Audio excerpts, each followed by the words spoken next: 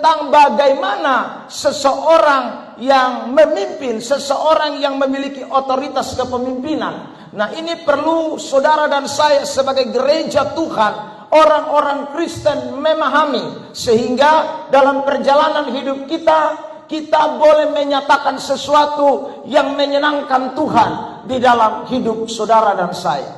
Saudara yang terkasih di dalam Tuhan Yesus Kristus, apa itu sebenarnya definisi dari otoritas? Otoritas itu adalah kekuasaan yang Allah berikan. Jadi saudara, kalau disebut dengan otoritas kepemimpinan, berarti kepemimpinan itu adalah kekuasaan yang Allah berikan, kekuasaan yang Allah percayakan, kekuasaan yang Allah berikan, bukan manusia.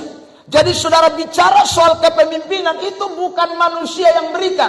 Dalam hal apapun saudara, yang namanya otoritas kepemimpinan itu datangnya, kekuasaannya datangnya dari Allah. Ada amin? Saudara yang terkasih di dalam Tuhan Yesus Kristus. Nah, saya mau menjabarkan pada pagi hari ini, Alkitab menjelaskan adanya beberapa bentuk otoritas kepemimpinan. Yang pertama adalah kepemimpinan di dalam keluarga. Saudara, ada yang namanya suami istri. Nah, suami istri itu, saudara terkasih dalam Tuhan, itu adalah suatu lembaga yang terdekat pertama dan lembaga yang saudara sangat kecil. Jadi keluarga itu yang namanya suami istri, meskipun belum ada anak, saudara yang terkasih dalam Tuhan, dia sudah membentuk suatu lembaga. Ya, yang mana kalau disebut dengan yang namanya lembaga, berarti ada kepemimpinan, ada otoritas. Lalu kemudian di dalam keluarga juga ada yang namanya orang tua dan anak. Tadi masih suami istri, sekarang orang tua dan anak. Saudara, lembaga ini tambah sedikit meluas. Tadinya sempit, hanya 2 orang, sekarang bisa terdiri dari beberapa orang. Tergantung anak berapa. Ya, saudara yang terkasih dalam Tuhan, bisa anak 10, bisa anak 5, bisa anak 12, ya tergantung saudara yang terkasih di dalam Tuhan. Tetapi meskipun itu lembaga mulai besar, tetapi di dalam lembaga yang mulai besar itu tetap ada otoritas kepemimpinan di dalam keluarga. Saudara yang terkasih di dalam Tuhan Yesus Kristus, ayat-ayat ini menunjukkan. Mari kita lihat Efesus 5 ayat yang ke-23, kita baca bersama-sama. 1, 2, 3. Karena suami adalah, perhatikan. Jadi yang memimpin, yang diberi otoritas, yang menjadi kepala, itu adalah suami. Jadi kalau ada 2 orang diberkati di gereja, suami istri, maka yang mendapat otoritas kepemimpinan, yang mendapat kuasa, itu adalah suami, bukan istri. Garis bawah itu kalimat. Saudara yang terkasih dalam Tuhan, ini penting untuk dipahami. Ya, saudara. Lalu lihat Efesus 6 ayat 1 ayat 2 tentang orang tua dan anak. Mari kita baca. 1, 2, 3. Hai anak-anak, taatilah orang tuamu di dalam Tuhan, karena haruslah demikian. Hormatilah ayahmu dan ibumu. Ini adalah suatu perintah yang penting, seperti yang nyata dari janji itu. Tidak ada ayat yang mengatakan orang tua taatilah anak-anakmu. Tidak ada ayat yang mengatakan orang tua hormatilah anak-anakmu. Tidak ada, saudara. Yang ada, taatilah orang tuamu, hormatilah ayahmu dan ibumu. Berarti dalam konteks ini Allah memberikan kuasa, Allah memberikan otoritas kepada orang tua, yaitu papa mama. Ya, yaitu saudara yang ayah dan ibu diberikan otoritas oleh Tuhan. Jadi saudara yang terkasih di dalam Tuhan, kalau saya boleh gambarkan begini, ya, kita mulai satu-satu. Suami, kalau ada suami dan istri, maka saudara yang terkasih di dalam Tuhan, ini hubungan yang horizontal. Tetapi ini tidak bicara soal otoritas. Atau tidak boleh begini juga, istri lalu suami di bawah. Itu tidak boleh.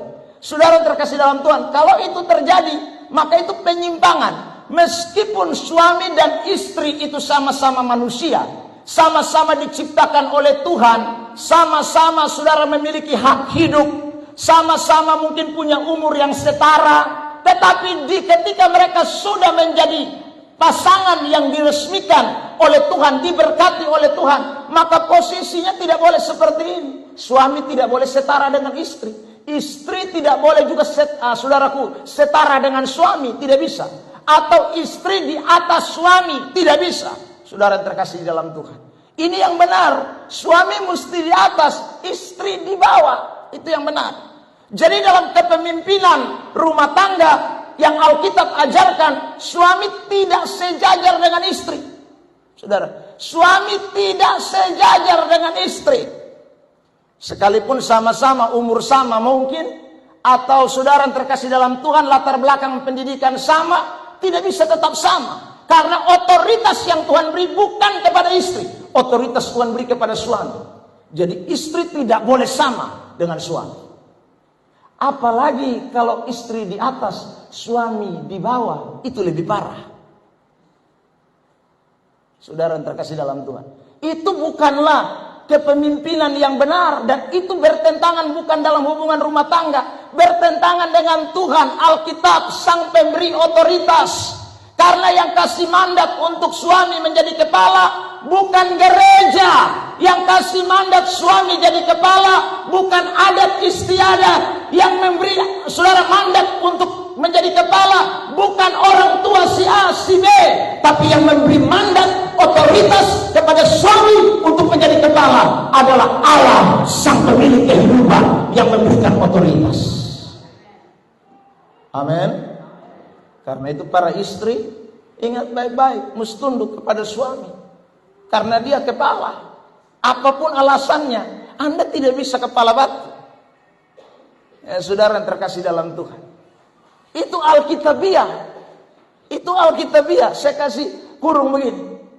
Jadi saudara, jadi kalau ada istri yang tidak mau tunduk kepada suami, dia cocok jadi laki-laki. Lalu kalau begitu bagaimana caranya? Protes kepada Tuhan. Tuhan, kenapa ciptakan saya jadi perempuan? Sehingga saya jadi istri. Istri tidak enak Tuhan. Harus jadi di bawahnya suami. Harus ikut perintah suami. Harus tunduk kepada suami. Itu Tuhan yang cipta lu. Itu kodrat. Saudara, kalau bahasa orang di luar Kristen itu namanya takdir. Takdir itu tidak bisa dirubah. Saudara yang terkasih dalam Tuhan, jadi kita tidak bisa protes dengan keadaan kita. Itu sudah bagian. Saudara yang terkasih dalam Tuhan. Begitu juga dengan ini. Orang tua dan anak. Saudara, orang tua dan anak tidak bisa sederajat. Tidak bisa sederajat. Saudara yang terkasih dalam Tuhan. Apalagi anak mengepalai orang tua. Oh, itu tidak bisa, lebih tidak bisa. Yang benar adalah orang tua mengepalai anak-anak. Anak-anak itu ada di bawah otoritas orang tua. Entah orang tuamu tamat SD, entah orang tuamu tidak sekolah, entah orang tuamu, saudaraku, buta huruf, dia tetap orang tua. Dan anak mesti tunduk kepada otoritas itu. Amin. Saudara yang terkasih di dalam Tuhan, tidak bisa membangkang, ya. Jadi kalau ada anak yang mau bikin diri setara dengan orang tua, itu anak kurang ajar. Apalagi kalau ada anak yang mau mengepalai orang tua, itu anak tidak tahu diri. Saudara yang terkasih dalam Tuhan, itu Alkitabiah. Orang tua mempunyai otoritas yang diberikan oleh Tuhan. Bukan karena dia melahirkan lu, bukan. Tapi karena dia diberi mandat oleh Tuhan. Tanggung jawabnya ada di atas pundak orang tua, bukan di atas pundak anak. Jadi sampai kapanpun anak tetap anak, orang tua tetap orang tua. Ini adalah, saudara, kita harus paham ini, ya. Sehingga zaman ini memang mulai berubah. Saudara yang terkasih dalam Tuhan, zaman berubah, hampir-hampir orang lupa mana standar Alkitab dan mana bukan standar Alkitab. Orang sudah tidak memahami arti ini. Dulu, saudara yang terkasih dalam Tuhan, orang tua dulu atau zaman-zaman dulu orang tahu otoritas. Ini mungkin karena emansipasi, ya saudara. Emansipasi wanita itu bikin akhirnya, itu baik sebenarnya. Tapi bikin akhirnya banyak istri tidak tunduk kepada suami. Gara-gara emansipasi, saudara. Karena pikir, ini persamaan gender, persamaan sekarang.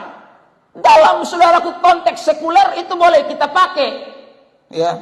Itu dipakai dalam bentuk pekerjaan sekuler, silakan, ya. Bahwa perempuan bisa jadi pemimpin, bisa jadi gubernur, bisa jadi kepala daerah, bisa jadi DPR, bisa jadi kepala desa. Itu dalam dunia sekuler, dalam kekeluargaan tidak bisa. Di dalam saudaraku otoritas kepemimpinan di dalam sebuah rumah tangga tidak bisa. Lu mau DPR datang di rumah tetap RT, ibu rumah tangga.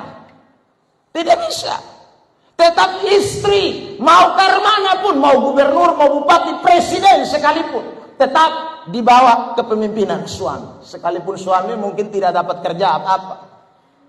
Saudara yang terkasih dalam Tuhan. Demikian juga dengan anak. Ya. Saudara yang terkasih dalam Tuhan. Nah, ini adalah hierarki. Ini adalah bagian yang tidak pernah berubah. Itu Alkitab ajarkan kepada kita. Sehingga kita punya sikap-sikap kepemimpinan, sikap-sikap yang benar di dalam perjalanan hidup kita. Selanjutnya, Alkitab juga menjelaskan ada beberapa bentuk otoritas. Yang ketiga, saudaraku, adalah dalam pemerintah. Pemerintah dan masyarakat. Saudara terkasih dalam Tuhan, ayat ini mengatakan, Roma 13, ayat yang pertama. Mari kita baca teks ini. 1, 2, 3.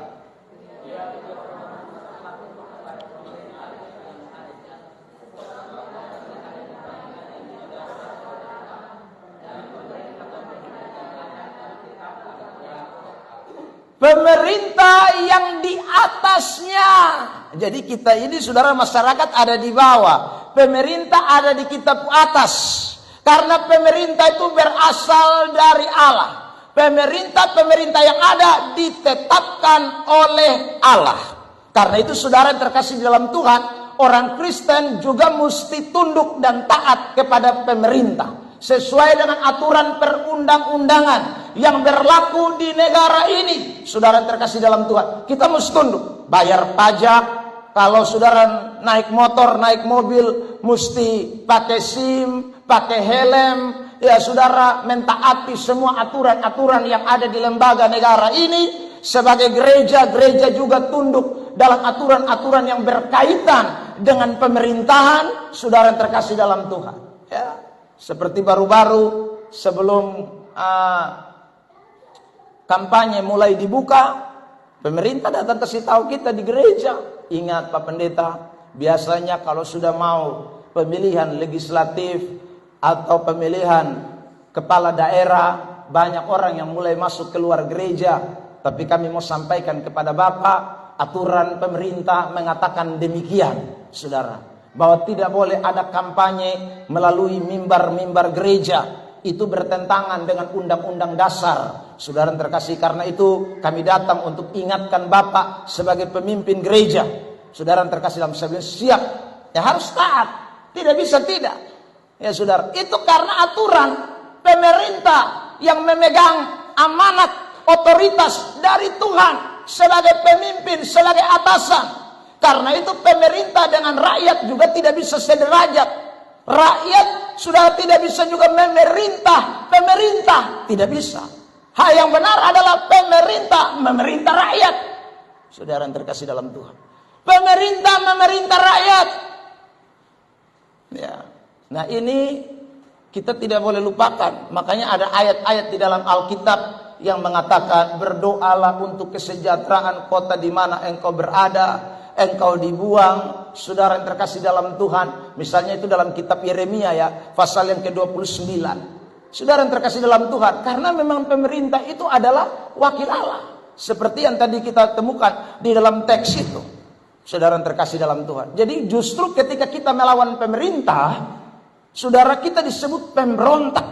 Kita disebut orang yang melawan negara. Karena itu orang-orang yang melawan pemerintah pasti kena undang-undang, kena pasal. Pasti saudara yang terkasih dalam Tuhan. Karena negara kita negara hukum. Yang mana saudara diatur oleh perundang-undangan. Jadi orang tidak bisa bermain sembarangan. Semuanya ada dalam jalur hukum. Itu pemerintah. Tidak ada orang bisa main hakim sendiri. Tidak bisa. Saudara yang terkasih di dalam Tuhan. Ya, jadi tidak boleh begini. Ya, jangan pemerintah diperintah oleh rakyat atau pemerintah sederajat dengan rakyat. Yang benar adalah pemerintah adalah bagian daripada kepercayaan otoritas yang Tuhan beri. Nah, saudara yang terkasih dalam Tuhan, yang berikutnya adalah Alkitab mengajarkan kepada kita juga dalam pekerjaan. Ada yang namanya atasan bawahan. Itu otoritas yang Tuhan beri. Ya. Jadi kalau ada kepala dinas, kepala staf, lalu karyawan, tenaga honorer, cleaning service, satpam, itu adalah sebuah hierarki kepemimpinan yang Tuhan izinkan terjadi. Saudara, tidak ada dalam sebuah perusahaan, dalam sebuah lembaga negara, atau di dalam sebuah pekerjaan, baik itu pekerjaan yang bersifat BUMN, bersifat negara punya, bersifat swasta, saudaraku, yang tidak ada yang namanya hierarki kepemimpinan. Tidak ada. Kalau saudara, sederhana saja, kalau kita pergi di SD Nitneo, saudara, kita akan masuk di kantor kepala sekolah, itu kantor mereka, dan kita akan lihat, mulai ada hierarki di situ. Kepala sekolah nama seini, wakil kepala sekolah ini, guru itu, bidang ini, bidang itu. Itu hierarki. Atasan ada bawahan. Tidak ada yang namanya tidak ada atasan, tidak ada bawahan dalam sebuah kepemimpinan pemerintah. Bahkan saudara terkasih dalam Tuhan, dalam pekerjaan buruh harian yang kerja di pinggir jalan, itu ada di mandor, ada dia punya pemimpin, ada dia punya pengikut-pengikutnya. Di karyawan-karyawan swasta pun demikian, pekerjaan-pekerjaan swasta pun demikian. Semua itu ada yang namanya atasan, ada yang namanya bawahan. Dan orang yang diberi mandat adalah atasan. Itu diberi kuasa oleh Tuhan.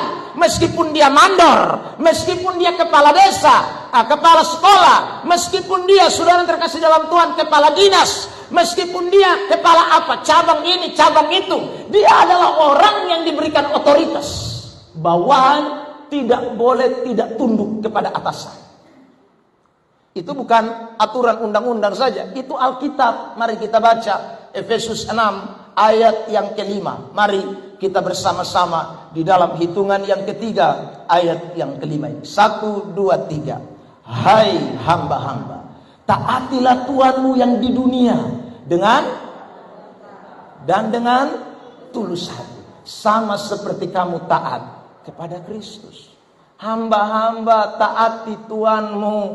Jadi kalau di tempat kerja, ingat, ada kita punya bos, kita mesti hargai, kita punya majikan, kita mesti tunduk. Saudara terkasih dalam Tuhan, jangan jadi orang Kristen yang justru melawan bos kita, melawan kepala kita tidak jadi berkat itu. Ya.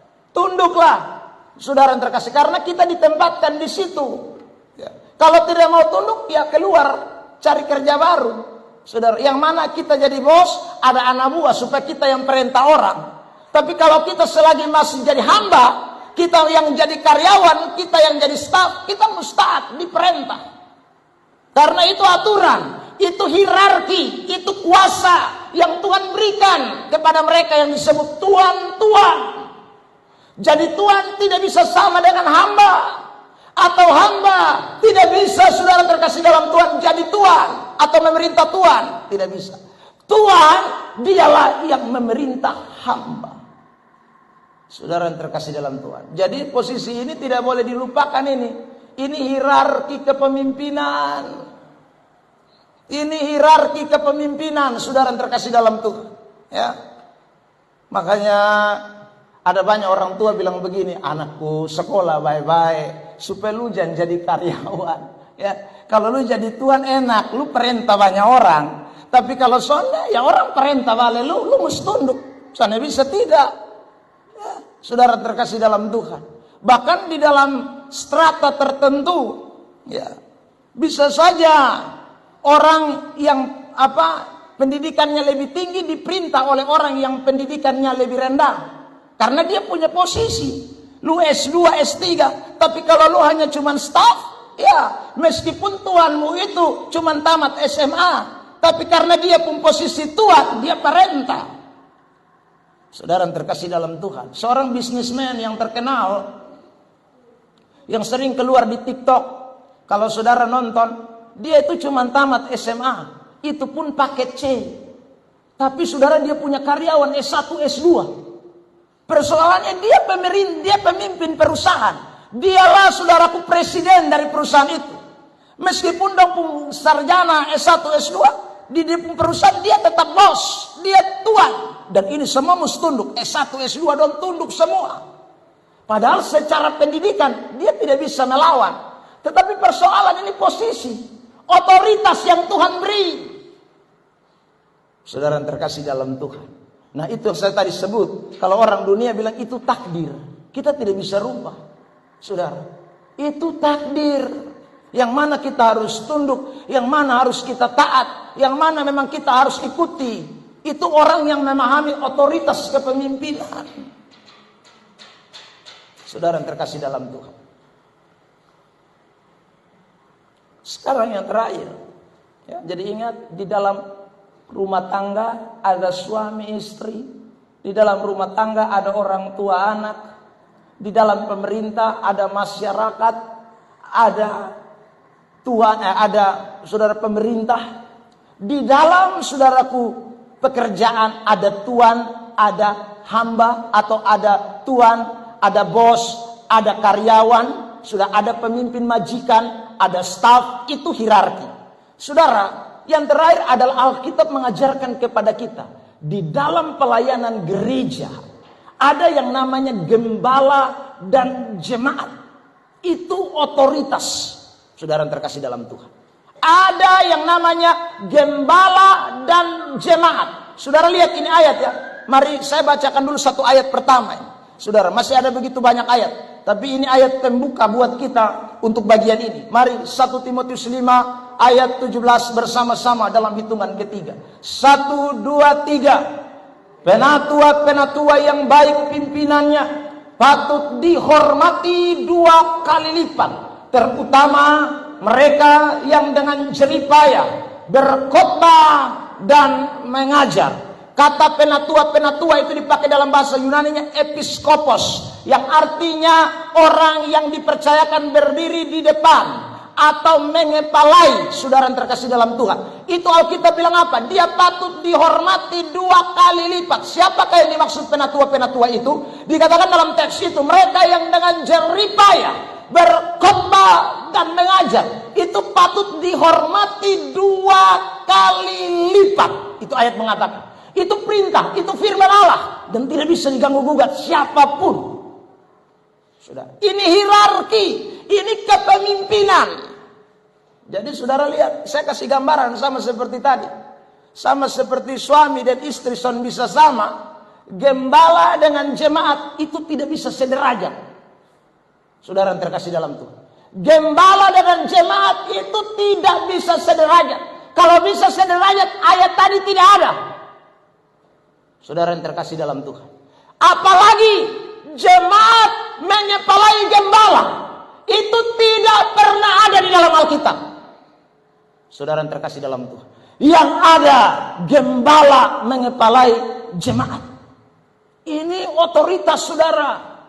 Meskipun gembala umur lebih muda, meskipun gembalamu, saudara yang terkasih dalam Tuhan, umur mungkin di bawah Anda jauh, saudara, ya, masih ingusan, tapi persoalan dia diberi otoritas.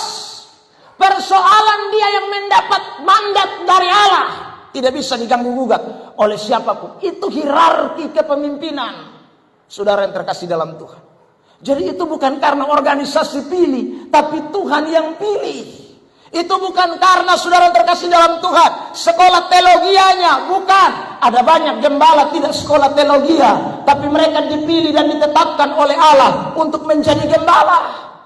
Ada gembala yang saudara latar belakang pendidikannya bukan STH, SPD ada, saudara SH bahkan ada, tetapi mereka dipercaya oleh Tuhan menjadi gembala. maka dia tetap memiliki otoritas. Dia memiliki kuasa yang tidak bisa diganggu-gugat oleh siapapun. Itu dari Tuhan.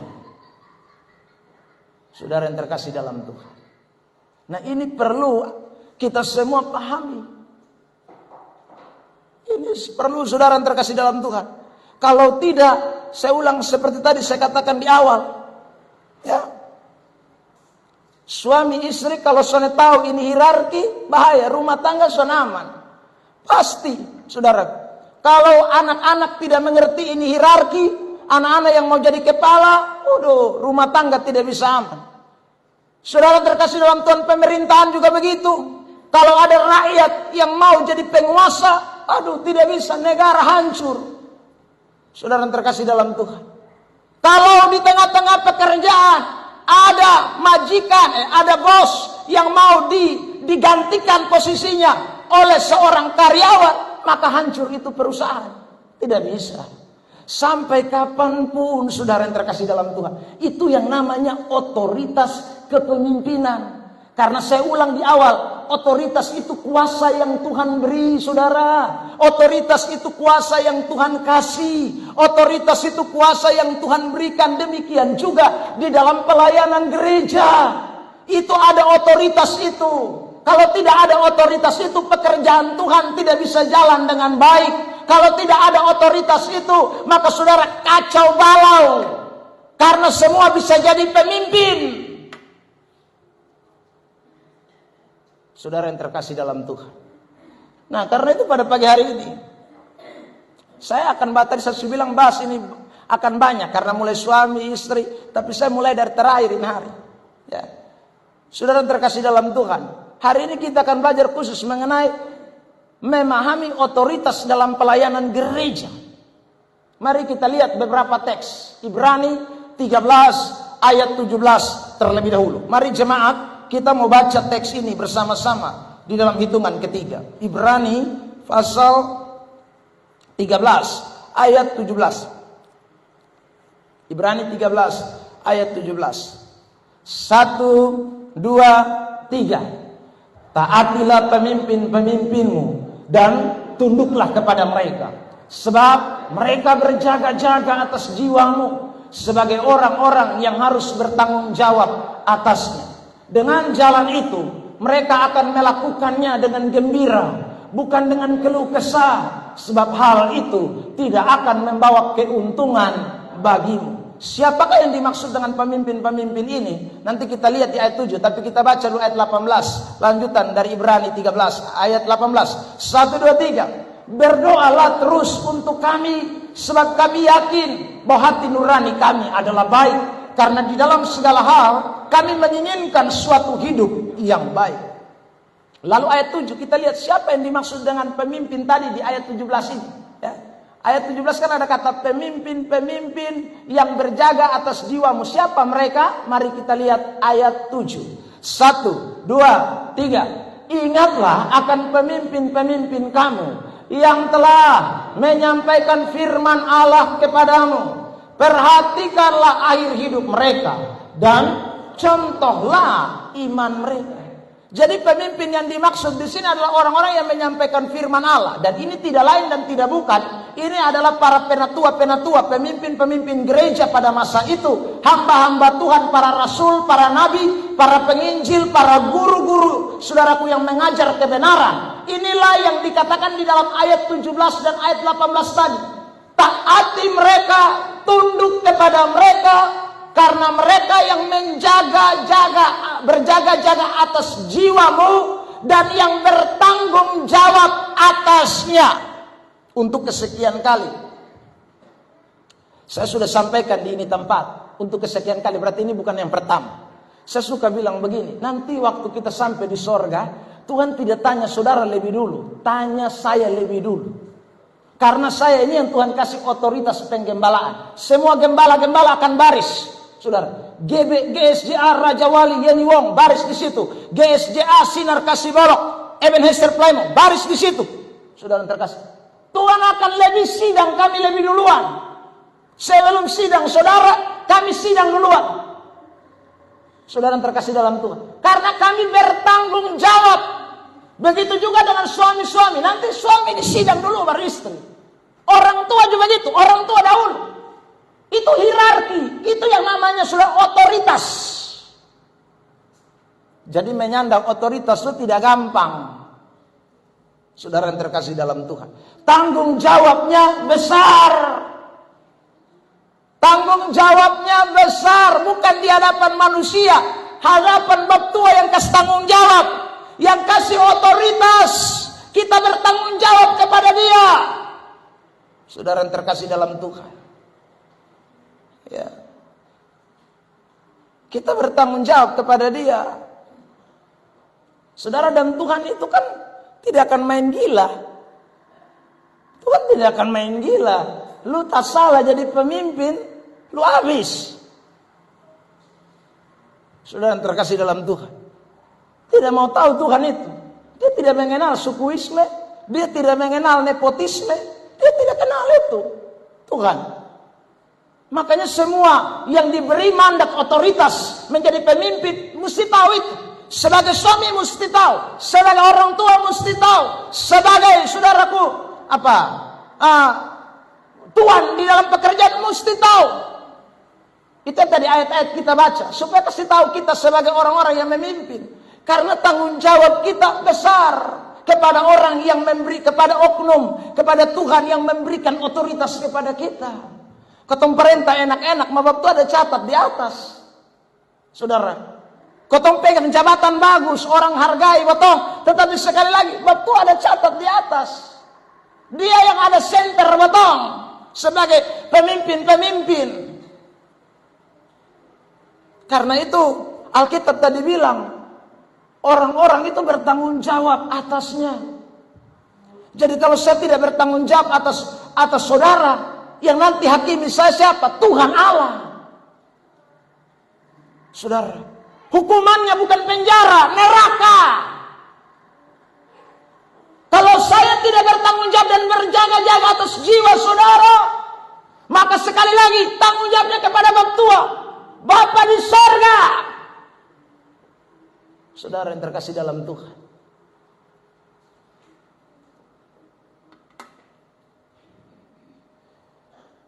makanya saya ini sudah berdoa banyak kali. Saya tidak mau jadi gembala, sungguh, karena tanggung jawabnya besar. Saya tidak mau jadi gembala, saudara. Tapi ini Tuhan yang percayakan. Saya tidak pernah pilamar cari diri mau jadi gembala, son pernah. Dan berulang-ulang kali saya sudah bilang sama istri, saya mau berhenti jadi gembala. Hanya ini persoalan mandat dari Tuhan. Kalau bukan dari mandat dari Tuhan, saya tidak kepengen. Kau bikin apa, bikin pusing diri. Tapi ini persoalan tanggung jawab dari Tuhan. Saudara yang terkasih dalam Tuhan, makanya ingatlah baik-baik bahwa saudara yang terkasih dalam Tuhan, saya pernah cerita dengan Pak Alex. Pak Alex bilang, Bapak kalau suami bisa istirahat tahan, saya juga pengen istirahat. Ya saudara, tapi persoalan tidak bisa berhenti jadi suami. Kalau bisa berhenti tahan jadi suami, kayaknya pensiun tahan dulu ke karmana kan jadi suami itu tidak enak saudara, mengepala istri. Nah kalau istri yang orang Jawa bilang bye-bye sah, nah itu enak. Maka kalau yang agak tanduk sedikit keluar, luang kepala sakit. Saudara terkasih dalam Tuhan, kita juga kalau menghadapi anak-anak, rasanya kita kepengen pensiun jadi orang tua. Karena anak yang kepala batu omong sekata dia 1000 kata, waduh potong kepala mau picah. Sampai kita kadang-kadang bilang, lu ini anak siapa Padahal potongku anak. Karena memang tidak enak jadi pemimpin. Tidak enak. Saudara yang terkasih dalam Tuhan, tidak enak. Ya. Saudara, makanya jangan heran ya. Orang-orang yang pernah menjabat jadi pemimpin, turun dari pemimpin, stres banyak. Saudara yang terkasih dalam Tuhan, itu mungkin karena tekanan batin selama menjadi pemimpin. Ya. Saudara yang terkasih dalam Tuhan, nah karena itu ingatlah baik-baik. Ya. Nanti kita akan bahas minggu depan soal kata berjaga-jaga, bertanggung jawab. Saya tidak tahu minggu depan atau 2 minggu lagi, karena minggu depan kita ada penyerahan anak. Saya mau bicara soal kepemimpinan di dalam keluarga, orang tua dan anak. Saudara yang terkasih dalam Tuhan. Ya. Karena itu ingat baik-baik saudara. Nanti kita akan bahas ini kata berjaga-jaga atas jiwa, bertanggung jawab atasnya. Ini kata kita akan bahas nanti pada minggu depan. Tapi saya mau bahas dulu sekarang khusus kepada sikap kita terhadap pemimpin kita.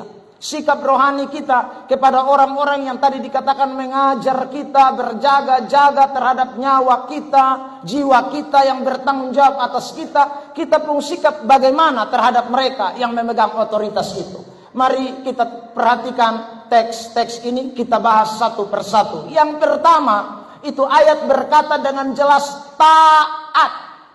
Ya. Ini ayat jelas. Taatilah pemimpin-pemimpinmu. Itu ayat jelas. Taat, saudara. Taat. Saudara terkasih dalam Tuhan, dalam bahasa Inggris itu dipakai kata obey, bukan submit. Obey. Saudara, apa itu obey? Atau dalam bahasa Yunaninya adalah peito. Itu artinya mendengarkan, menaruh harap, yakin dan percaya. Itu kata peito. Jadi kalau dikatakan taat kepada pemimpin, itu berarti dengar apa yang pemimpin katakan. Itu berarti dia menaruh harap kepada pemimpin. Apa yang pemimpin mau sampaikan kepada beta. Kalau pemimpinnya sampaikan sesuatu, dia yakin, dia percaya ini adalah sesuatu yang Tuhan mau. Saudara yang terkasih dalam Tuhan. Itu kata peito. Ya.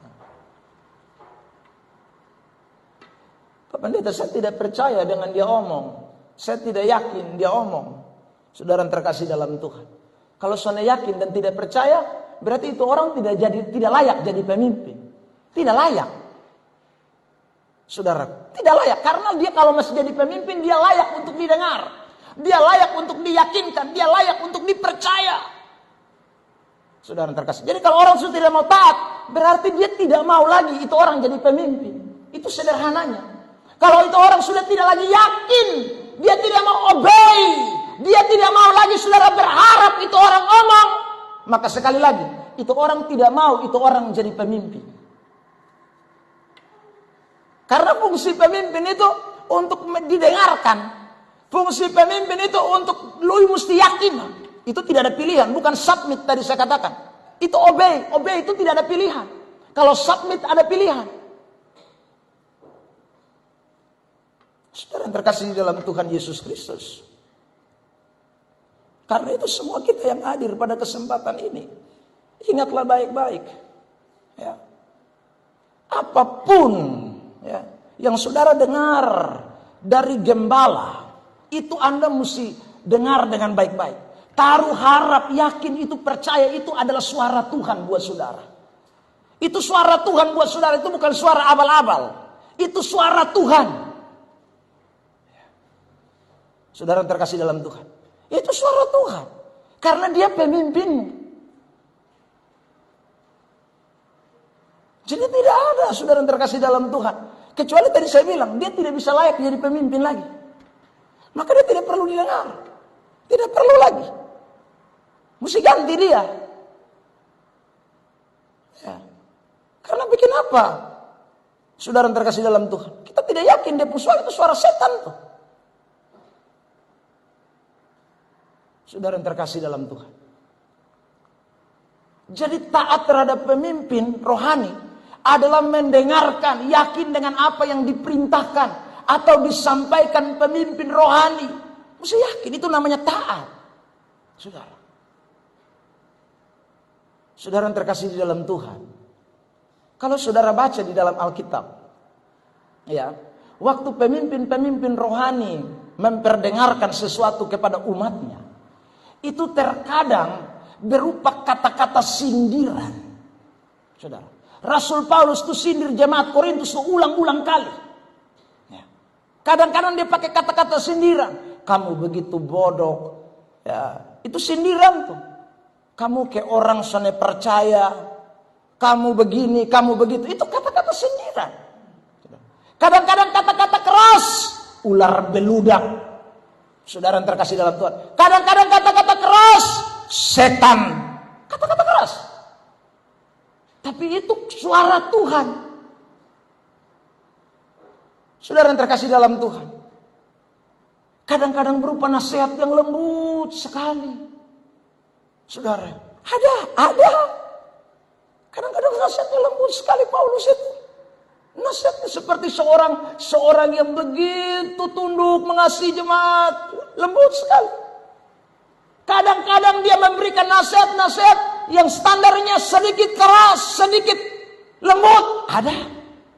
Jadi tidak selalu keras, tidak selalu lembut, tidak selalu saudara terkasih dalam Tuhan marah-marah, tidak selalu sindir, tidak. Ada saat sindir, ada saat saudaraku keras, ada saat lemah lembut, ada saat campur lemah lembut dengan keras, ada. Saudara terkasih dalam Tuhan. Kalau saya tunjuk ayat-ayat mangkali malam. Saudara terkasih dalam Tuhan. Baru ini selesai nih khotbah. Tapi saya tadi ungkapkan beberapa kata tuh, saya rasa Anda tahu tuh kata-kata tuh tidak baik itu kalau didengar oleh telinga. Ya. Tidak baik itu kalau didengar oleh telinga. Tapi jemaat di Korintus tahu, jemaat Efesus tahu, jemaat Galatia tahu. Dia yang ngomong itu pemimpin rohani. Saya mesti dengar. Karena itu otoritas kuasa yang Tuhan beri untuk dia bicara, untuk dia menyampaikan. Saudara yang terkasih dalam Tuhan. Saya ini selalu sederhana. Dalam arti begini. Kalau BPD panggil saya, saudara, saya ngomong dari dulu, sejak saya di Semau. Ya. Saya bilang begini. BPD Pumau Karmana. Beiko sah. Ya, saudara. Beiko. Ya, saudara terkasih dalam Tuhan. Beta. Jadi saudara terkasih dalam Tuhan. Karena beta tahu dong pemimpin rohani Tuhan omong lewat mereka. Tuhan pakai mereka. Dong pemimpin rohani saya. Saudara terkasih dalam Tuhan. Jadi saya mesti dengar. Saya tahu itu suara Tuhan. Suara Tuhan yang bicara. Kita semua mesti tahu. Jadi tidak ada yang kebetulan. Karena tidak ada saudara yang terkasih dalam Tuhan, Tuhan bicara secara kebetulan. Tidak ada. Tuhan bicara tuh selalu punya timing yang tepat. Tuhan bicara tuh selalu punya waktu yang pas. Itu Tuhan. Karena itu Alkitab tadi bilang, obey, taat. Saya mau kasih contoh nih, lihat. Kisah 5 ayat 29, mari perhatikan. Kisah 5 ayat 29. Mari kita baca teks ini bersama-sama dalam hitungan ketiga. 1, 2, 3. Tetapi Petrus dan rasul-rasul itu menjawab katanya, kita harus lebih taat kepada Allah daripada kepada manusia. Taat mesti kepada Allah, bukan kepada manusia. Saudara yang terkasih dalam Tuhan. Jadi ketundukan kita kepada otoritas itu karena ketaatan kita kepada Allah, bukan kepada manusia. Ya kalau kepada manusianya bikin apa? Tapi persoalannya karena ini kepada Allah. Itu yang kita mesti lakukan. Saudara yang terkasih dalam Tuhan. Kolose 3 ayat 22. Mari baca ini ayat lagi. 1, 2, 3. Hai hamba-hamba, taatilah Tuhanmu yang di dunia ini dalam segala hal. Jangan hanya di hadapan mereka saja untuk menyenangkan mereka, melainkan dengan tulus hati karena takut akan Tuhan. Saya dengar itu kata-kata karena saya takut Tuhan. Bukan karena dia sebagai Tuhan saya, sebagai pendeta saya, sebagai gembala saya. Tapi karena saya takut Tuhan. Saudara terkasih dalam Tuhan. Itu yang namanya ketaatan. Efesus 6 ayat 5. Mari kita baca lagi. Saudara 1, 2, 3. Hai hamba-hamba, taatilah Tuhanmu yang di dunia ini dengan takut dan gentar. Dan dengan tulus hati. Sama seperti kamu taat kepada Kristus. Hamba-hamba suruh taat kepada Tuhan yang ada di dunia. Dengan takut dan gentar. Saudara, itu padahal Tuhan. Yang tadi saya bilang bos, majikan, kepala dinas, kepala bagian. Yang mungkin kadang dampung hidup belum tentu betul. Ya. Tapi karena dia pemimpin, taat. Saudara, meskipun dia punya istri ada selingkuh, suami ada selingkuh, meskipun dia perempuan piara ada 5, tapi yang namanya dia majikan, lu hamba, taat. Karena saya taat, dia ini bukan taat dia pun selingkuh, saya taat, ini taat Kristus. Saudara yang terkasih dalam Tuhan, apalagi dalam konteks rohani. Yang tadi saudara dikatakan itu orang berkhotbah, mengajar, jaga kitab jiwa. Ya, saudara bertanggung jawab atas kita.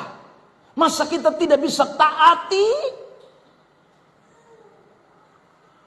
Ayat 6, Efesus 6, 1, 2, 3. Jangan hanya di hadapan mereka saja untuk menyenangkan hati orang, tetapi sebagai hamba-hamba Kristus dengan segenap hati melakukan kehendak Allah.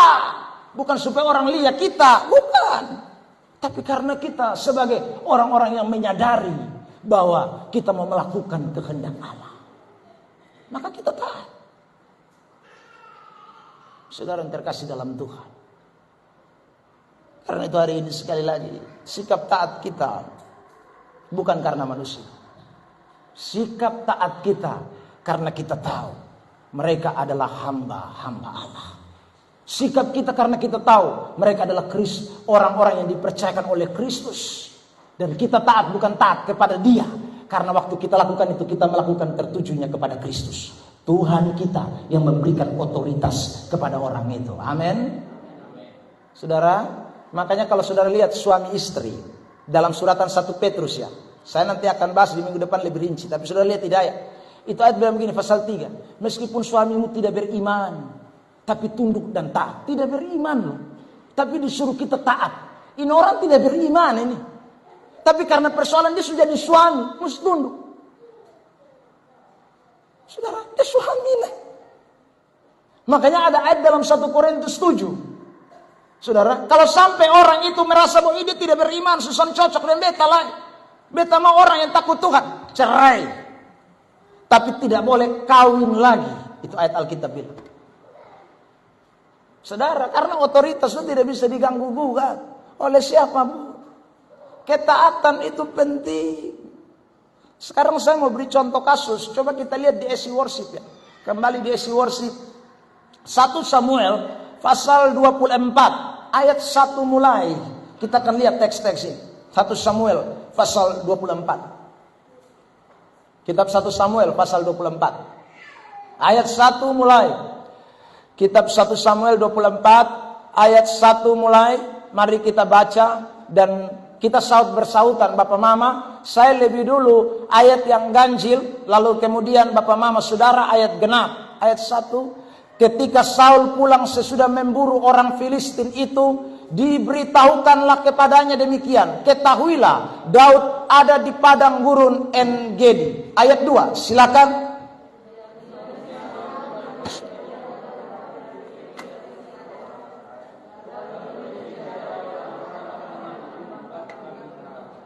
Jadi Saul mau cari Daud, mau bunuh Daud. Ayat 4. Ayat 3. Kandang-kandang domba di tepi jalan, di sana ada gua, dan Saul masuk ke dalamnya untuk membuang hajat. Tetapi Daud dan orang-orangnya duduk di bagian belakang gua itu. Ayat 4.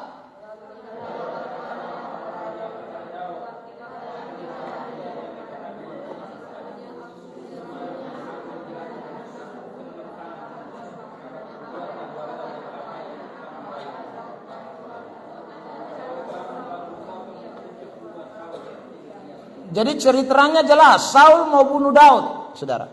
Tetapi waktu Daud masuk ke gua, minta maaf, buang air besar, membuang hajat, tadi Alkitab bilang, dia tidak tahu kalau Daud ada di belakang. Orang yang mau bunuh dia ini ada di belakang.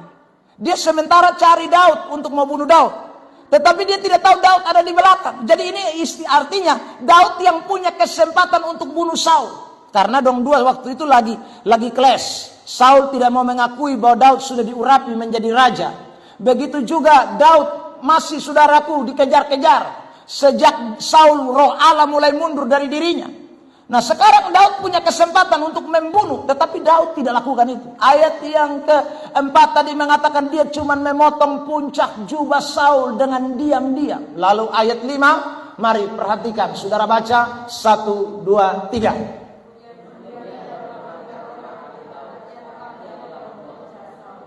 Hanya potong Saul punya jubah ujung saja dia pun hati berdebar-debar.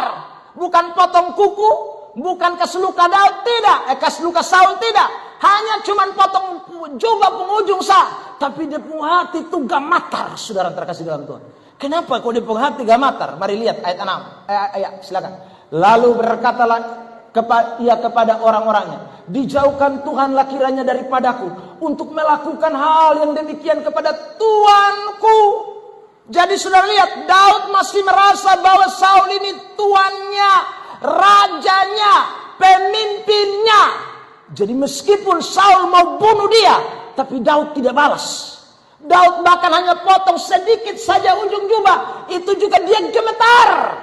Lalu dia bilang sama Tuhan, Tuhan ampuni saya, jauhkanlah Tuhan kiranya daripadaku untuk melakukan hal yang demikian kepada Tuanku, kepada orang yang diurapi Tuhan. Saudara lihat, padahal 1 Samuel 17 bilang roh Tuhan sudah mundur dari Saul. Tetapi saudara lihat, di mata seorang Daud, ini Saul tetap betapun pemimpin yang diurapi. Saudara, wah luar biasa ini seorang yang bernama Daud. Ya, dia tidak berani otak-atik ini saudara, si Saul ini. Padahal Saul ini punya rencana jahat. Kenapa? Saya ulang lagi, karena dia belajar taat. Lihat ayat 7, saudaraku, 1 Samuel. Dan Daud mencegah orang-orangnya dengan perkataan itu. Ia tidak mengizinkan mereka bangkit menyerang Saul. Sementara itu Saul telah bangun meninggalkan gua itu, hendak melanjutkan perjalanannya. Ayat 8, silakan. 1, 2, 3.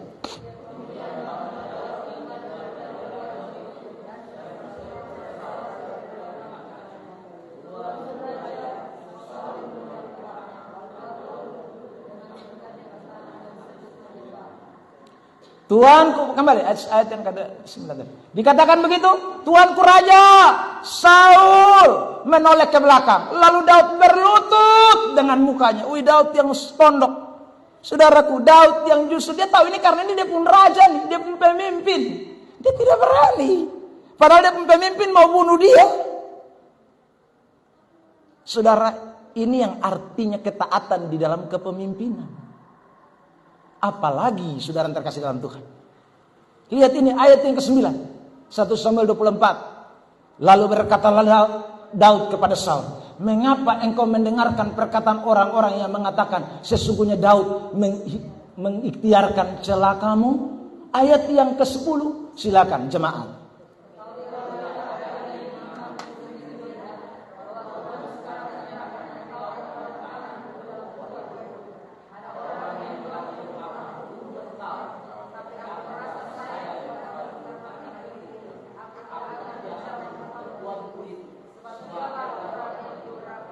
Dua kali ya dia bilang, sebab engkau diurapi oleh Tuhan. Saya tidak berani bunuh lu. Ya saudara. Padahal Tuhan serahkan lu di tangan beta. Be mau bunuh lu tadi terlalu gampang. Minta maaf. Lu ada poe. Lu ada bale balakang. Lu tahu apa? Bedar balakang ini be horo lu kas abis. Tapi be tahu lu raja yang diurapi. Beta sone berani lakukan itu. Saudara terkasih, dibandingkan dengan yang ini berani. Mari kita lihat Bilangan 12 ayat yang pertama. Saudara terkasih dalam Tuhan, mari kita lihat Bilangan 12 ayat yang pertama. Tampilkan teks ini. Kitab Bilangan pasal 12 ayat yang pertama. Lihat, Miriam serta Harun mengatai Musa berkenaan dengan perempuan Kus yang diambilnya, sebab memang ia telah mengambil seorang perempuan Kus. Ayat 2. Ulangi, 1, 2, 3 jemaat.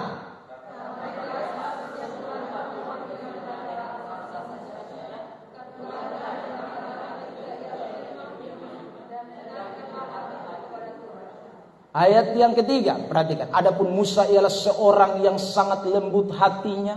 Saya mau tanya sampai situ. Musa pernah marah atau tidak? Musa pernah marah atau tidak? Ulang-ulang kali. Tapi Tuhan bilang ini Musa lembut hatinya. Musa pun marah ini sampai dia pukul batu. Saudara terkasih dalam Tuhan. Karena ini bangsa Israel pun kepala batu. Tapi Tuhan nilai dia lembut hati. Lebih dari setiap manusia yang ada di atas muka bumi. Ayat berikut 4. Klik.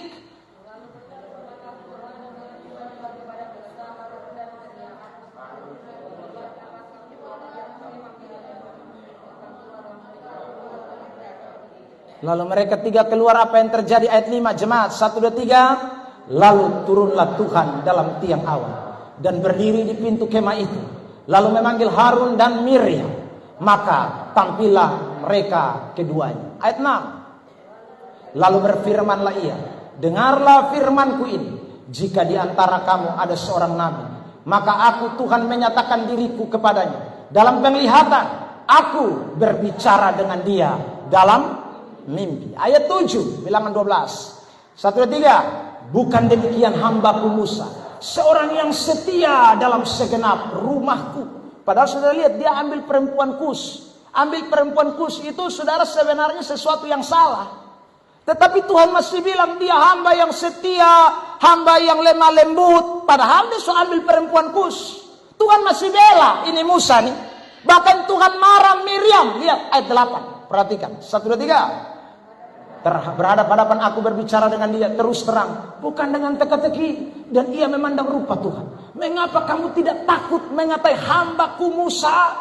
Ayat yang ke-9. 1, 2, 3. Sebab itu bangkitlah murka Tuhan terhadap mereka. Lalu ayat 10. Dan ketika awan telah naik dari atas kemah, maka tampaklah Miriam kena kusta putih seperti salju. Ketika Harun berpaling kepada Miriam, maka dilihatnya bahwa dia kena kusta. Saudara tahu, Miriam itu kakak pertama. Musa itu adik bungsu. Karena itu Miriam pikir, lu ini adik.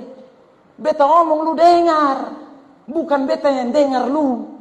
Saudara terkasih. Nah Tuhan bilang tidak bisa. Saya ini sudah pilih Musa. Saudara, kamu harus dengar dia. Tapi Tuhan, dia kan sudah salah. Dia ambil perempuan Kus, Tuhan. Tuhan bilang begini, tidak. Dia hambaku yang setia. Padahal benar dia ambil perempuan Kus. Saudara yang terkasih dalam Tuhan. Saya ulang lagi. Di sini terlihat jelas bahwa Allah itu menghargai otoritas kepemimpinan. Allah sendiri mengajarkan itu dan dia mau orang taat. Berarti apakah Tuhan berkompromi dengan dosa? Tidak, saya ulangi pernyataan saya di awal. Semua yang dilakukan pemimpin-pemimpin rohani yang bertentangan dengan firman Allah, itu akan dipertanggungjawabkan di hadapan Allah. Jadi saudara, jangan main-main. Tuhan yang akan fight. Dan kalau Tuhan fight itu ngeri. Lihat, Musa Tuhan tidak izinkan dia masuk tanah Kanaan. Tuhan tidak izinkan. Tuhan bela dia, tapi Tuhan tidak kompromi dengan dosa. Saudara yang terkasih dalam Tuhan. Jadi yang nanti berperkara siapa? Tuhan. Saudara yang terkasih dalam Tuhan.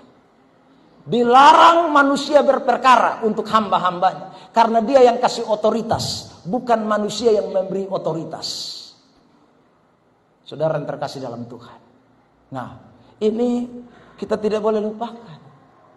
Saya mau berikan fakta, contoh beberapa fakta nyata. Saudara, saya kemarin waktu tiba, saya tanya. Anak-anak yang dari Alor datang tuh, yang mau ikut masuk panti asuhan, dong isa proko kosonde. Saya tanya di dia. Saudara, kenapa saya tanya begitu? Karena saudara, 3 kasus berturut-turut di panti asuhan itu. Ya, yang pendeta Daniel datang. Saya pernah ada di sana. Lalu kemudian teguran nasihat diberikan kepada anak-anak itu. Tapi mereka menyangkal, tidak mau saudara mengakui. Dan saudara terkasih dalam Tuhan berturut-turut. Satu ketika, ini baru terjadi. Makanya saya bilang tolong kasih tahu jujur supaya saya telepon di Jakarta, cek dong bye-bye. Saudara terkasih dalam Tuhan. Ya. Saudara, satu ketika dong sembunyi-sembunyi. Nah di Jakarta itu di Cikarang. Tempatnya pendeta Daniel itu kan padat penduduk. Yang satu-satunya fare itu hanya rel kereta api. Itu yang tidak ada penghuni, saudara. Itu yang sedikit hutan. Nah ini anak-anak nih setiap kali saudara terkasih dalam Tuhan, kalau mau bikin kejahatan, dompi ditampak sembunyi di rel kereta api. Saudara teguran datang kasih ingat dobel-dobel, sana mau dengar. Saudara terkasih dalam Tuhan, satu ketika siang hari pendeta Daniel bersama dengan istri keluar. Lalu bilang begini, ingat semua makan habis, tidur nyenyak, jangan keluar-keluar. Saudara, 3 anak setelah makan habis dong mulai loti kiri kanan. Saudara, bapak dan mama dong panggil di sana papi dan mami. Papi dan mami sana ada. Saudara, anak Papua dong. Dong 3 keluar menuju ke rel kereta api.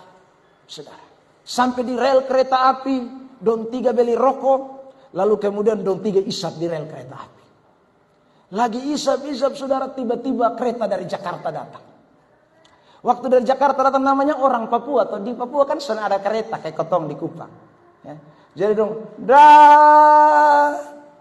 pas begini, kereta dari Surabaya pun datang. Saudara yang terkasih dalam Tuhan. Jadi saudara, dong sili yang dari Jakarta, Surabaya pun datang, pak, hantam. Saudara yang terkasih dalam Tuhan. Yang 3 kaget lompat. Yang 2 kaget lompat, saudara yang terkasih dalam Tuhan, dan lolos. Tapi yang 1, kereta datang tapa di kepala, otak dong lari keluar semua. Saudara yang terkasih, dan dia pun mayat tampias masuk ke dalam air. Saudara yang terkasih dalam Tuhan, pas ada dekat kali kecil, sungai. Waktu saudara masuk itu langsung tenggelam. Don cari 3 kok 4 hari baru ketemu ini mayat. Hanya pilih depo otak-otak yang di pinggir jalan. Saudara yang terkasih dalam Tuhan, siapakah mereka? Mereka yang tidak mau taat dan dengar apa yang disampaikan. Saudara yang terkasih dalam Tuhan, orang tuanya dari Papua telepon maki pendeta Daniel, maki saudara. Tidak bisa jaga kami pu anak, tidak bisa jaga kami pu anak. Wartawan semua turun, survei itu panti asuhan. Jangan sampai ini panti tidak jelas. Saudara yang terkasih dalam Tuhan, mengingat itu kasus, itu anak-anak dari alor itu saya tanya semua sama dia. Dong tuh Mas Isap, Bapak kayaknya dong Isap. Beta lihat dong ada puntung-puntung rokok sembunyi di bawah tas. Nah, saya langsung WA pendeta Daniel. Saya bilang waspada tuh yang 2. Ya saudara, mesti kasih ingat terus. Saudara, hati-hati. Jangan sampai otak tampias lagi. Saudara yang terkasih di dalam Tuhan, Tuhan itu sayang kita. Tapi kadang-kadang kita yang tidak sayang kita pu diri. Saudara yang terkasih dalam Tuhan. Karena itu ingatlah baik-baik. Dengarkanlah apa yang pemimpin-pemimpinmu katakan. Dengar baik-baik. Karena tidak ada pemimpin berniat jahat. Tidak ada. Tidak ada orang tua yang berniat jahat kepada anak-anaknya. Tidak ada. Tidak ada saudara terkasih di dalam Tuhan. Sudah tidak ada. Dan ini kasus jelas. Maryam kena kusta putih. Yang sembuhkan untuk minta ampun, kok Tuhan sembuhkan dia. Saudara, kita tidak boleh lupa kebenaran. Mari kita belajar untuk taat. Ya, karena ada otoritas yang Tuhan beri kepada setiap orang yang Tuhan percayakan. Kita tidak bisa mengganggu-gugat itu otoritas. Tuhan yang akan berperkara dengan orang-orang yang diberi otoritas, tapi bermain-main dengan otoritas itu. Saudara yang terkasih dalam Tuhan, Tuhan akan perkara itu orang. Ya. Saudara lihat hamba-hamba Tuhan yang sembunyi-sembunyi dosa, gembala-gembala yang sembunyi-sembunyi. Tuhan bikin malu dong, ini apa tinggal apa? Jemaat sonada yang pikotak-atik, tapi Tuhan bongkar lu nih, lu sial. Saudara, jadi Tuhan tidak pernah kompromi dengan namanya kejahatan. Tidak pernah. Tuhan akan berperkara. Kalau ada pemimpin yang macam-macam, batas salah, saudaraku, dengan kemauan Tuhan, pegang otoritas, tapi salah gunakan itu otoritas, lu akan celaka. Saya ngomong ini, saya pemimpin. Saudara, akan celaka karena Tuhan yang kasih itu otoritas. Dan Tuhan kalau kasih malu itu bukan main gila, saudara. Ya, kalau Tuhan kasih malu itu soalnya enak bunyi. Makanya sudah lihat Saul, dia mati karena apa? Bukan Daud bunuh, tapi dia mati bunuh diri sendiri.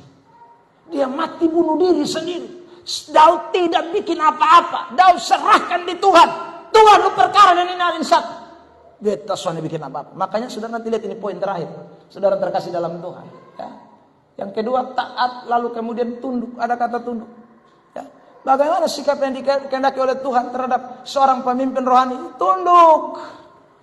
Taat, dengar. Yang kemudian yang kedua tunduk. Apa? Kata tunduk itu kembali kita mau bahas ya. Kata tunduk, saya cepat. Arti kata tunduk itu apa? Hupeiko. Mengakui kekuasaan. Menempatkan diri di bawah. Menyesuaikan dengan keadaan. Itu kata hupeiko. Tunduk.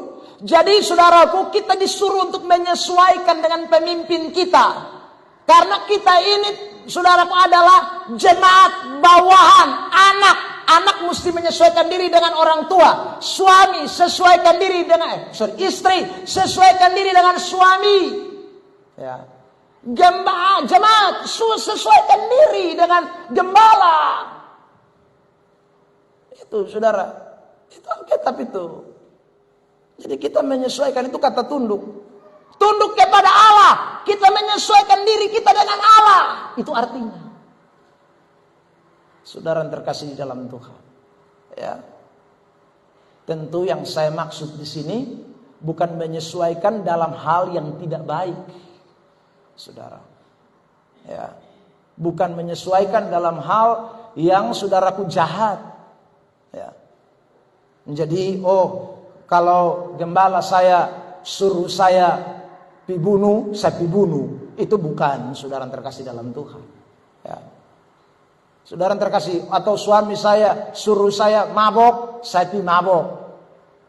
Ya, istri saya suruh saya mabok, saya pi mabok. Tidak, saudara terkasih dalam Tuhan. Jadi menyesuaikan dengan keadaan itu bukan dalam arti yang jelek, yang jahat. Coba kita lihat ini ayat Matius pasal yang ke-23. Ayat 1, mari kita lihat. Matius 23 ayat 1 tampilkan di AC Worship. Matius 23 ayat 1. Matius 23 ayat 1, lihat ayat ini.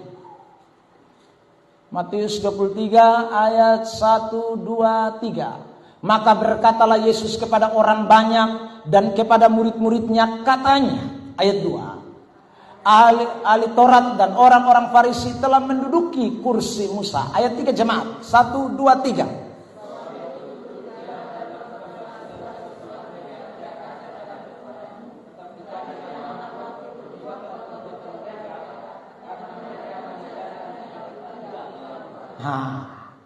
Jadi ahli Taurat itu mereka ajar, tapi mereka tidak lakukan. Tapi Tuhan bilang begini, lakukan apa yang mereka ajar. Sesuaikan dengan apa yang mereka ajar. Tunduk kepada apa yang mereka ajarkan. Dongku perbuatan jangan. Perbuatan jangan. Karena perbuatan ahli Taurat ini tidak baik semua. Jelek, jahat. Saudara. Tapi Tuhan tidak bilang, jangan dengar dong ngomong.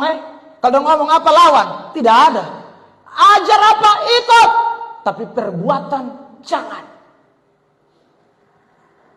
Saudara yang terkasih dalam Tuhan. Perbuatan tidak boleh. Itu artinya saudara terkasih di dalam Tuhan, bahwa siapapun pemimpin itu tidak sempurna. Siapapun pemimpin itu tidak Superman. Ya. Ada saja perbuatan-perbuatan yang pasti tidak benar. Itu pasti, saudara. Tetapi sekali lagi, jangan ikuti itu perbuatan. Ajaran yang disampaikan itulah yang diikuti, dilakukan. Saudara yang terkasih di dalam Tuhan. Ya, kalau yang tidak baik juga kita lakukan, ikut ya, susahlah. Ya. Tapi di gereja kita punya aturan-aturan yang sangat mengikat. Saudara yang terkasih di dalam Tuhan. Jadi kalau perbuatan-perbuatan yang tidak baik yang kita lakukan itu apa dulu? Kalau gembala selingkuh, apakah saudara terkasih dalam Tuhan? Perbuatan seperti itu harus ditolerir? Tidak bisa dong. Maka organisasi ini punya aturan. Yang selingkuh pasti dipecat. Saudara terkasih dalam Tuhan. Kalau ada seorang pemimpin rohani gereja, terutama di gereja sidang jemaat Allah, yang saudara terkasih dalam Tuhan, makan doi, ya, makan doi, maka sekali lagi oleh organisasi akan dapat skors. Itu aturan. Nah, aturan kita mengikat, kita tidak bisa menentang. Saudara terkasih dalam Tuhan. Oh, ada gembala atau pemimpin rohani yang saudara yang terkasih dalam Tuhan, pukul orang sampai berdarah. Oh, maka kena lu. Aturan mengikat. Tidak bisa dikompromi. Saudara terkasih dalam Tuhan. Nah, itu kita ini semua kan ada di bawah aturan. Tidak ada yang gereja yang tidak ada aturan. Oh, nanti berarti gembala-gembala ini enak kok. Dong akan omong ketong, maka ketong sudah bisa balas karena dong perbuat aturan mengikat. Organisasi apalagi gereja sidang jemaat Allah. Waduh, gereja yang saudara terkasih dalam Tuhan sangat memegang otoritas kebenaran. Saudara yang terkasih dalam Tuhan. Tidak main-main ini gereja. Gembala dapat tangkap, minum laru, pecat. Isap rokok, pecat. Saudara terkasih, ada aturan. Jadi tidak enak. Karena itu jemaat Tuhan jangan takut. Kalau gembala mau mulai seleweng kiri kanan, sebentar lagi kena pecat. Saudara terkasih dalam Tuhan. Tinggal tunggu waktu. Kan begitu. Kembali ke teks. Saudara terkasih dalam Tuhan. Saya langsung saja yang ini saya masih bahas banyak ini yang tiga. Saya kembali saya. Ya saudara, ketiga. Kenapa satu di atas? Lanjut. Saya bisa klik. Oke, ulang. Saudara terkasih dalam Tuhan. Baca. Ya, yang ini yang penting ketiga. Ya. Saudara berdoalah terus untuk kami. Ibrani 13 bilang berdoa terus untuk kami. Makanya jemaat Tuhan jangan lupa doakanlah gembalamu ini. Karena gembalamu ini tidak sempurna. Tuhan tolong bepu gembala supaya dia kalau lihat nona-nona dan bepu mata jambal lari. Tuhan tolong, itu doamu. Saudara, berdoalah terus untuk kami. Tuhan tolong sepung gembala supaya dia tambah rendah hati. Ya saudara, dia jangan sombong. Doakan. Itu Alkitab bilang. Saudara yang terkasih dalam Tuhan. Tuhan tolong beta penggembala supaya hari lepas hari. Saudara yang terkasih dalam Tuhan. Dia hidup semakin takut Tuhan. Doa. Jangan saudara doa bilang, Tuhan tolong supaya dia cepat kena pecat. Dia terlalu lama. Janganlah saudara. Ini tidak sempurna ini. Kalau tidak Paulus tidak usah. Ini penulis Ibrani ini antara Paulus atau Apolos ya. Kalau tidak dong tidak usah tulis begini. Berdoalah terus untuk kami. Tidak usah berdoa karena kami sudah sempurna. Tidak dong tahu dong nilai mah. Kami hati nurani ini baik. Paulus bilang, penulis Ibrani ini bilang. Kalau Apolos ya Apolos bilang. Karena di dalam segala hal kami menginginkan yang baik. Tidak ada gembala ingin yang sana baik. Tapi berdoa untuk kami.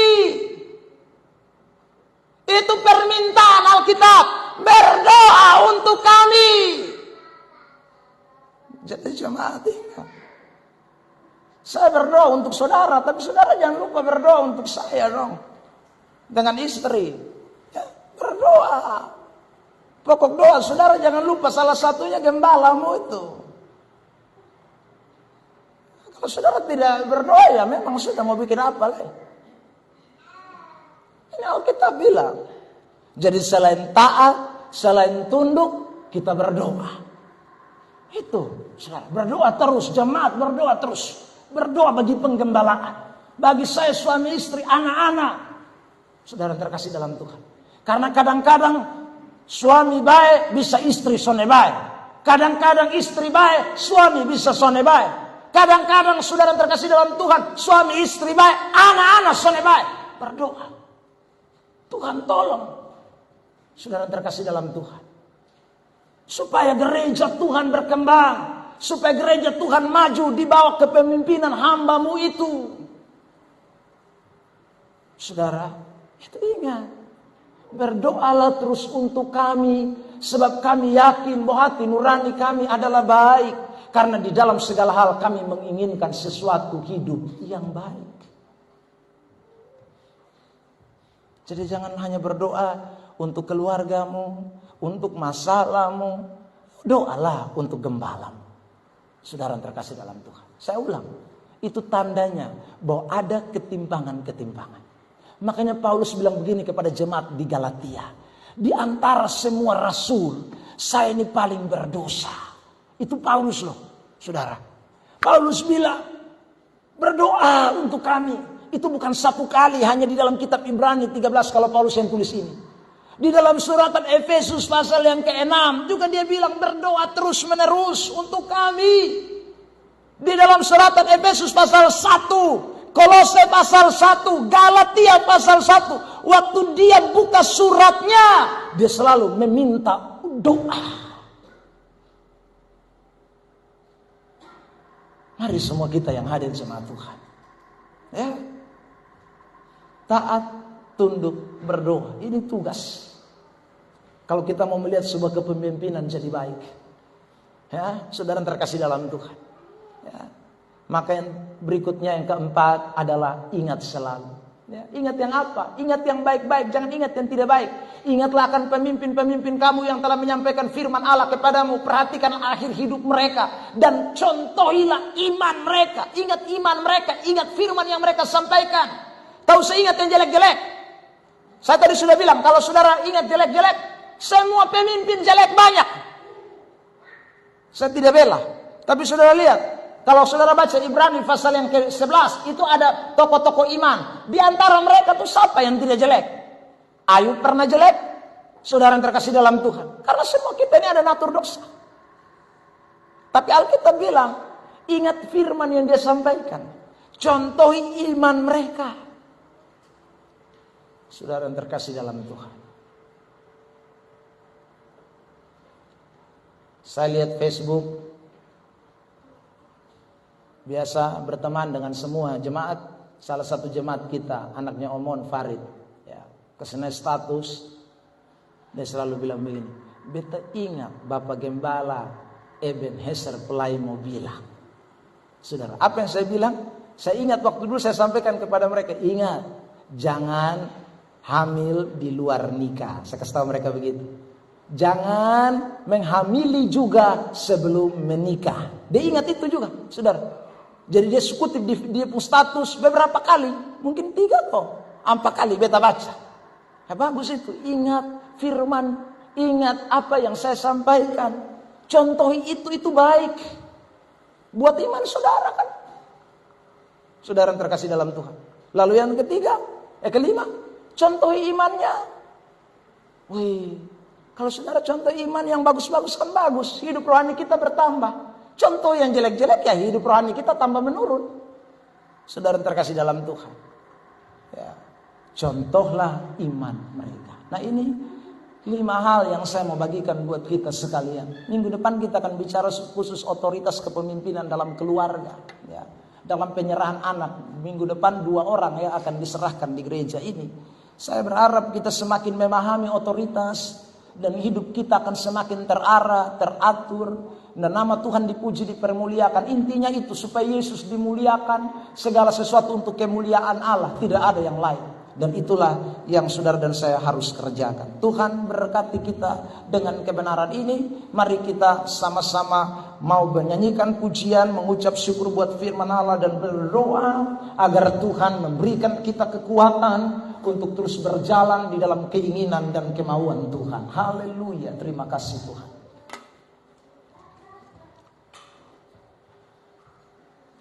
satu pujian kita nyanyikan di hadapan Tuhan. Kami tahu kami semua ini butuh Tuhan. Tanpa Tuhan kami tak mampu.